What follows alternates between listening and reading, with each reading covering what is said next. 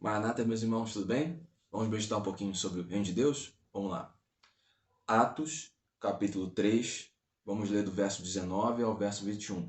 Diz assim: Arrependei-vos, pois, e convertei-vos, para que sejam apagados os vossos pecados, e venham, assim, os tempos do refrigério pela presença do Senhor. E envie ele a Jesus Cristo, que já dantes vos foi pregado, o qual convém que o céu contenha até os tempos da restauração de tudo, dos quais Deus falou pela boca de todos os seus santos profetas, desde o princípio. Hoje a gente vai começar a tratar de um assunto que desperta sentimentos variados.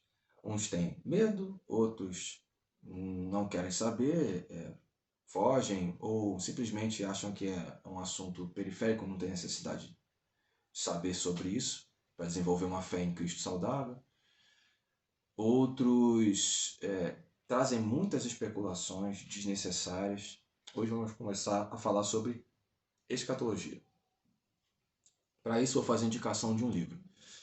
Se você não é familiarizado com o assunto, se tem dificuldade de entender, procurou na internet, as coisas não ficaram muito claras, muita gente falando coisas muito variadas, e sim, esse assunto tem muitas especulações desnecessárias.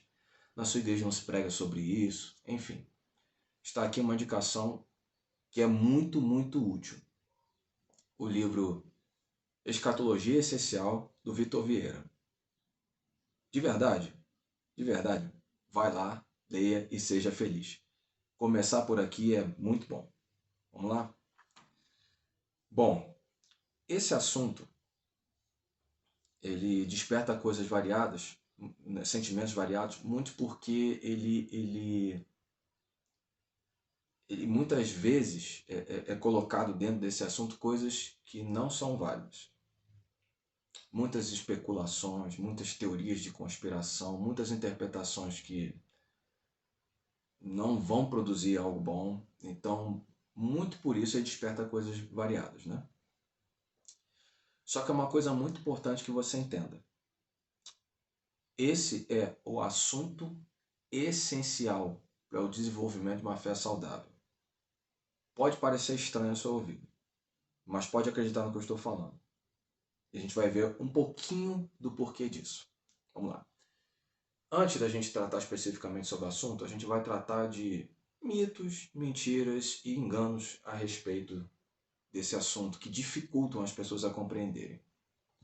Claro que não muitos, porque senão o vídeo vai ficar muito grande, mas alguns. Provavelmente você já ouviu pessoas dizerem que escatologia é muito difícil. Então, não é verdade. Existem outras coisas que são colocadas no assunto que tornam ele difícil, mas ele não é. Você deve ter ouvido que não é necessário. Você não precisa ficar estudando sobre isso e, infelizmente, tem líderes que dizem isso. Então, isso não é verdade. Se você tirar esse assunto da fé, você vai ter complicações na fé. Outra coisa que você deve ter ouvido é um assunto muito confuso e dá muita divergência. Tem muita gente que briga sobre isso. Isso está muito mais atrelado à natureza corrupta do homem do que ao assunto. Muitas especulações são colocadas, pessoas defendendo suas teologias como se fosse a verdade absoluta, quando na verdade a verdade absoluta é Cristo. Então a gente não é dono da verdade. A verdade é nosso dono. Existe muita coisa do ego humano, muito partidarismo. Coisas que na verdade são frutos da ação carnal, né? Bom, vamos lá. Vamos começar entendendo algumas coisas para a gente conseguir desenvolver o entendimento sobre escatologia. No verso 21 do texto de Atos que a gente leu, ele usa uma expressão que para mim é de suma importância para a gente entender sobre o assunto. Restauração de tudo. Por quê? Porque a escatologia, embora a gente pense na escatologia, estudo do fim, tudo bem, então a gente acaba olhando para o final. Não é que esteja errado, mas eu descobri, pesquisando sobre a sua, estudando, orando muito, pedindo muita iluminação do Espírito Santo para isso. Muito porque, talvez como você, eu já recebi muita informação, muita coisa muito confusa, e eu precisava de esclarecimento sobre isso. Uma das coisas que eu fui levado a entender é que escatologia, na verdade, se trata do plano de restauração de Deus. Então, para a gente conseguir entender melhor do que se trata, na verdade, se trata do seguinte: Deus tem um plano. Qual o plano? Que tudo volte à origem. E aí a gente precisa entender restauração. Restauração não é reforma. Reforma tem a ver com colocar de forma funcional. Então não precisa necessariamente de você voltar às origens. É simplesmente colocar de forma funcional. Então se algo, por exemplo, um carro, estragou uma peça, você coloca outra peça, que não é a peça do fabricante original, mas o carro está funcionando, está tudo certo, isso é reforma. Restauração seria voltar com o projeto original do carro. Então as peças do projeto original, as partes do carro, do projeto original, a cor do carro no projeto original, isso é restauração. E é importante que a gente entenda, o plano de Deus não é colocar as coisas de forma funcional, e sim restauração, voltar à origem. E é outra coisa muito importante que a gente precisa para entender escatologia. A gente precisa entender a origem, porque no fim é a volta à origem. Sem compreensão da origem, realmente as coisas vão ficar muito confusas. Outra coisa que a gente precisa entender, partindo desse entendimento que a gente já tem sobre plano de restauração de Deus e origem. Tudo que o crente faz, tudo que o Filho de Deus faz. E a gente tem um exemplo maior, Cristo Jesus, o Filho de Deus. Tudo que Jesus fazia era para cumprimento, para cooperação do plano de restauração. Então, nós como filhos, adultos, se você não viu esse vídeo falando sobre Tecnon e Uios, está aqui no card. A gente como filhos adultos, a gente precisa entender que nós temos parte, nós somos cooperadores do Espírito Santo no plano de restauração. Tudo que a gente faz, comunidade de fé, igreja local, se você preferir, profissão, a escolha da faculdade a ser feita, se vai fazer faculdade ou não, para qual lugar que você vai se mudar, tudo que a gente faz, sem exceção, todas as coisas precisam convergir para esse plano. Porque isso nos torna participantes. Isso é coisa de filho. Quando isso não acontece, temos muitos problemas. E a outra coisa muito importante a gente entender é que, quando se trata de noiva, a gente tem a noiva multicultural, de várias nações. Sim, só que a participação não é igual. A participação dessa parte da noiva, chamada Israel, dessa nação específica, ela é uma. A participação da outra parte da noiva, que são todas as outras nações, é outra. Os dois participam do plano, mas a participação é diferente. Os dois estão no plano de Deus, todas as nações e Israel estão no plano de Deus. Mas a participação desse plano não é igual. Isso é importante que a gente entenda, porque quando a gente for ler os textos escatológicos sobre esse assunto, a gente vai perceber que há diferença.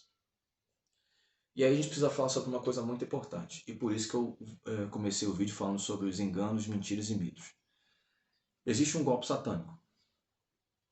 Qual o golpe satânico? Bom, vamos lá. Duas coisas que dão muita divergência na teologia cristã e que não deveriam dar, mas dão, infelizmente. Soteriologia, salvação, e escatologia. Por quê? Uma trata da entrada no plano. A doutrina da salvação, ela trata do homem entrando no plano de Deus. E escatologia trata do homem participando no cumprimento do plano.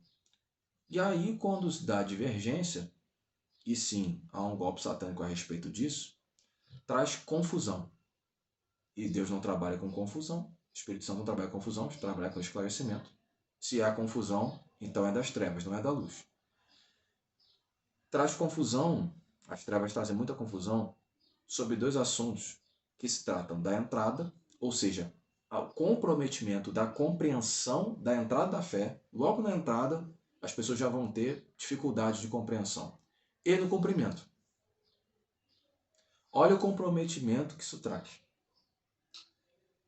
Se a pessoa entra na fé comprometida, ela vai construir a sua fé de forma equivocada. E aí pode entrar engano, pode entrar muita coisa no meio desse negócio. Pode entrar até coisas satânicas. Um outro problema que isso pode trazer, no caso especificamente falando sobre escatologia. Quando o homem não tem clareza sobre o plano de Deus, duas coisas podem acontecer. Ele pode aceitar sugestões de plano que o diabo traz.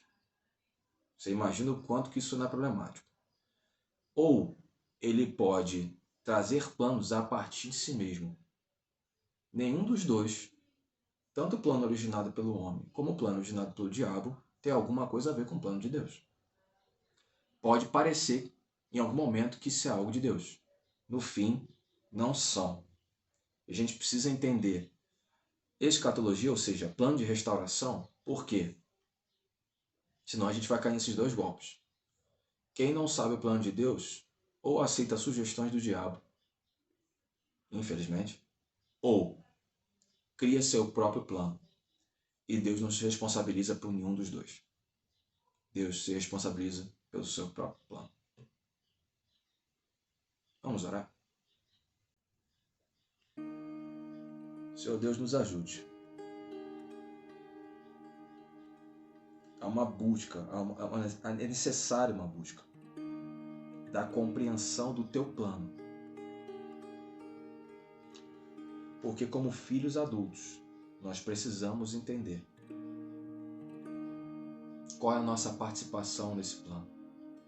A gente quer entrar dentro desse plano para ser cooperador, para sermos participantes disso. Não é algo que você vai fazer sozinho. Você chamou a gente para participar. O Senhor nos ajude, nos dá a clareza, que o Espírito Santo ilumine, para saber se por algum acaso a gente aceitou sugestões diabólicas, achando que era teu plano, e saímos daquilo que foi estabelecido por Cristo. Ou se por algum acaso a gente estabeleceu nossos próprios planos, dizendo que era teu e ainda pedindo para você abençoar algo que você não estabeleceu. Nos ajude, porque a gente quer se arrepender. E não só queremos nos arrepender, mas também queremos clareza para entrarmos no seu plano. Porque nós queremos ser participantes. Como noiva de Cristo, nós queremos ser participantes. Nós queremos cooperar com aquilo que você está fazendo. É o que nós te pedimos, em nome de Jesus.